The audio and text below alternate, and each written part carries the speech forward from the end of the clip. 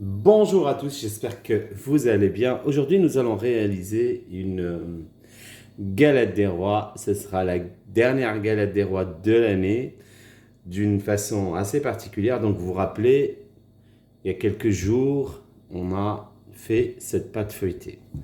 Donc, avec vous, nous allons réaliser une galette des rois avec cette pâte feuilletée pour voir comment ça marche. Donc, nous allons l'ouvrir.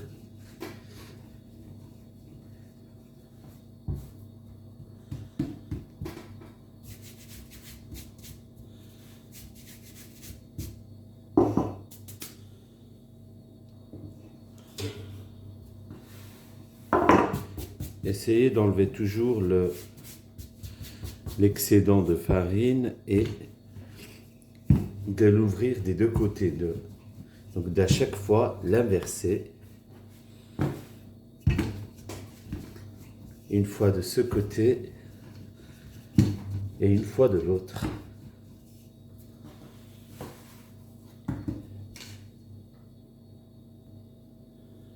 Comme vous voyez, on l'a ouvert et on voit encore donc le beurre. On va refaire la même chose comme nous avons fait à la préparation de cette pâte feuilletée. Donc je vous laisse aller voir la recette sur la vidéo que je mettrai en bas de cette vidéo. Voilà, et vous l'enroulez sur elle-même comme un escargot, encore une fois, pour l'ouvrir complètement et la travailler. Donc voilà, nous avons ouvert notre pâte une première fois et nous allons l'ouvrir une seconde fois. Comme ça, vous aurez un feuilletage parfait, elle sera très feuilletée votre pâte. Essayez de l'ouvrir bien rectangulaire pour pouvoir faire deux belles formes, puisqu'on va faire une galette des rois, caramel, beurre salé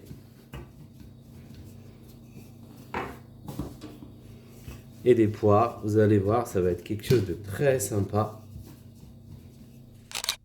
Et voilà, nous avons étalé notre pâte. Je l'ai fait rectangulaire. Donc je vous invite à faire 2 tours. Vous allez voir sur ma chaîne vidéo que je vous mettrai le lien en bas de cette vidéo. Donc la manière comment j'ai fait la pâte feuilletée. La première fois, je l'ai fait en forme d'escargot. Vous l'ouvrez complètement. Vous refaites le même process 2 fois pour avoir plus de feuilletage et pour bien intégrer le beurre dans la pâte. Donc maintenant, pour faire 2 parts égales, nous allons la couper en 2. Voilà. Vous faites un pli comme ça. Vous l'ouvrez et vous voyez ici on a la marque. Donc il faut couper avec quelque chose de très tranchant comme la roulette à pizza. Il faut faire attention de ne pas trop appuyer parce que vous allez casser le feuilletage. Donc on va couper en 2 avec quelque chose, il faut que ce soit très très pointu. Donc on va mettre ça de côté. Alors, une fois qu'on a divisé, nous allons mettre la crème d'amande. Vous connaissez tous la crème d'amande. 3 œufs, 150 g de sucre, 150 g de beurre et 150 g de poudre d'amande. Vous connaissez tous le concept. Vous allez venir étaler et vous faites très attention au bord, c'est très important. Nous allons mettre un petit peu, pas beaucoup, parce que nous allons mettre des poires, des tranches de poire et du caramel beurre salé. Donc il ne faut pas que ce soit trop rempli. Donc une fois que vous avez étalé votre crème, vous allez venir et mettre aux tranches de poire. C'est des poires qui étaient dans le sirop. Donc je les ai mis dans une passoire. J'ai enlevé tout le sirop qui a coulé des poires. Et puis par la suite, je les ai coupées. Comme vous voyez, comme ça en tranches. Vous coupez vos poires. Et vous les mettez les unes à côté des autres. Voilà, comme ça.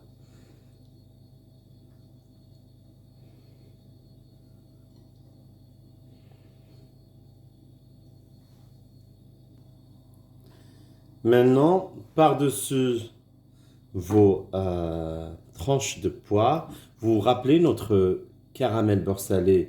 Je vous ai fait une recette. D'ailleurs, en dessous de cette vidéo aussi, je vous mettrai le lien de cette recette, de ce caramel beurre salé. Bon, je l'ai posté aussi sur ma chaîne. Vous allez venir et mettre des petites quantités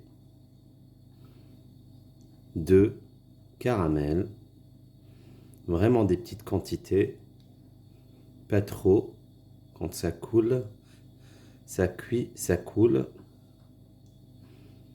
Voilà, et vous prenez des petites quenelles que vous mettez. Voilà, comme ça. Donc maintenant que vous avez étalé donc bien notre farce, la crème d'amande, les poires, le caramel beurre salé, nous allons venir et tremper avec un peu d'eau pour souder notre pâte.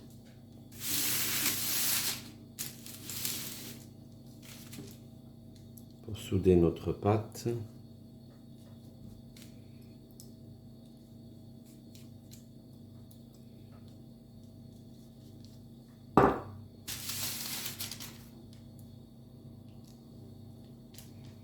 Il faut bien tremper avec de l'eau parce que, comme je vous disais, dans les autres recettes que j'ai fait concernant la galette des rois, il faut bien mouiller avec de l'eau. C'est mieux que le jaune d'œuf. Donc vous prenez la seconde pâte et on va bien coller. On va bien coller, venir à la fois contenir, comme vous voyez, la farce, la délimiter et bien la coller. Voilà, comme ça. Il faut bien coller, c'est très important, c'est ce qui fait la réussite de votre galette. Donc voilà. Collez bien, c'est très important. Les bords, surtout les bords.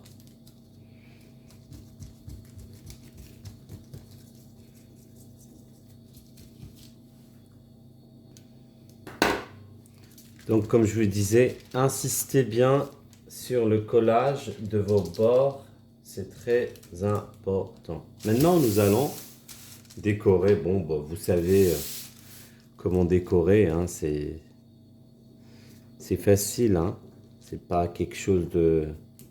Avec bien évidemment le dos et pas le côté tranchant. Avec le dos.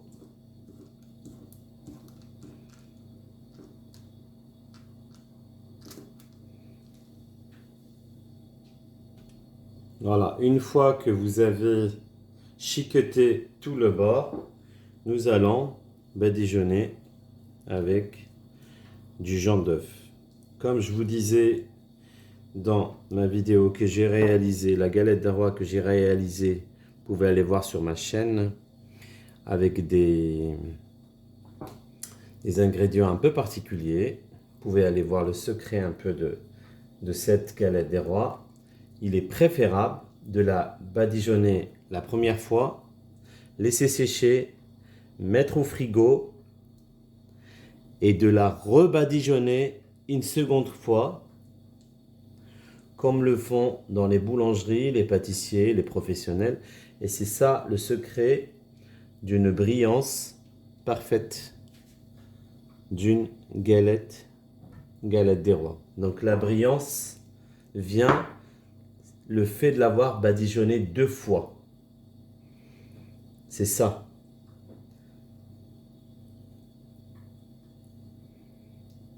Voilà.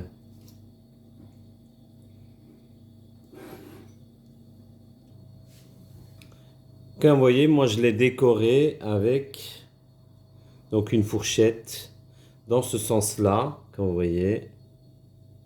Voilà. Voilà. N'enfoncez pas trop. Et puis dans le sens-là, dans ce sens-là, que ça fasse des quadrillages. Donc ce qui est important, comme vous savez, il faut faire des trous. C'est très important. Faites des trous. Donc faites des trous, jamais au milieu parce que ça explose, mais aux alentours.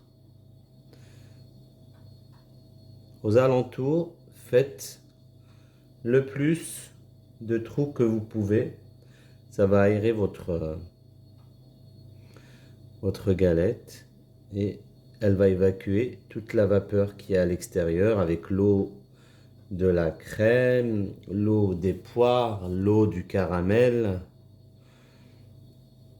Donc, faites très attention, comme je vous disais, pas au milieu.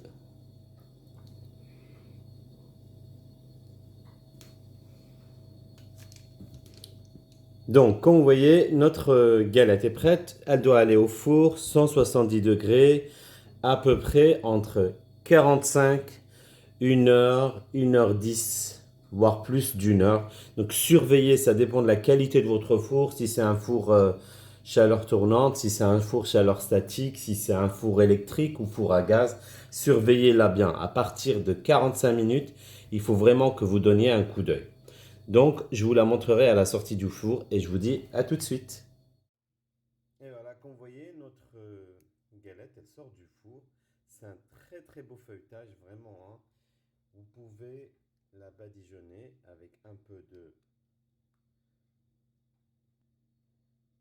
Vous pouvez la badigeonner avec un peu de sirop, comme je vous avais montré l'autre fois. Donc, c'est un temps pour temps. 50 g d'eau, 50 g de sucre. Et ça va lui donner le côté brillant, comme dans les grandes boulangeries, pâtisseries. Regardez cet effet brillant qu'elle est en train d'avoir avec ce sirop. Une fois bouilli, vous l'arrêtez. Ça cuit très très vite. Donc, c'est un temps pour temps. Si vous mettez 50 g d'eau, 50 g de sucre. Et ainsi de suite, en fonction de la quantité que vous voulez. Donc, elle sort à l'instant du four et vous voyez la chaleur qui s'évacue de notre galette. Et c'est vraiment un beau feuilletage. Donc, vous faites comme je vous ai dit de faire. Vous regardez la vidéo que j'ai postée sur la pâte feuilletée rapide et facile et vous faites de la même manière comme j'ai fait au début de la réalisation de cette galette des rois, donc pommes et caramel beurre salé. Voilà l'effet. C'est un très très beau feuilletage, regardez. Un très très beau feuilletage. Très facile et pas compliqué. Et la brillance, c'est le sirop qu'on a badigeonné par-dessus. Donc en dessous de la vidéo, vous aurez le lien vers la pâte feuilletée et le lien de la la pâte à tartiner, donc caramel beurre salé. Je vous dis à très bientôt et au revoir.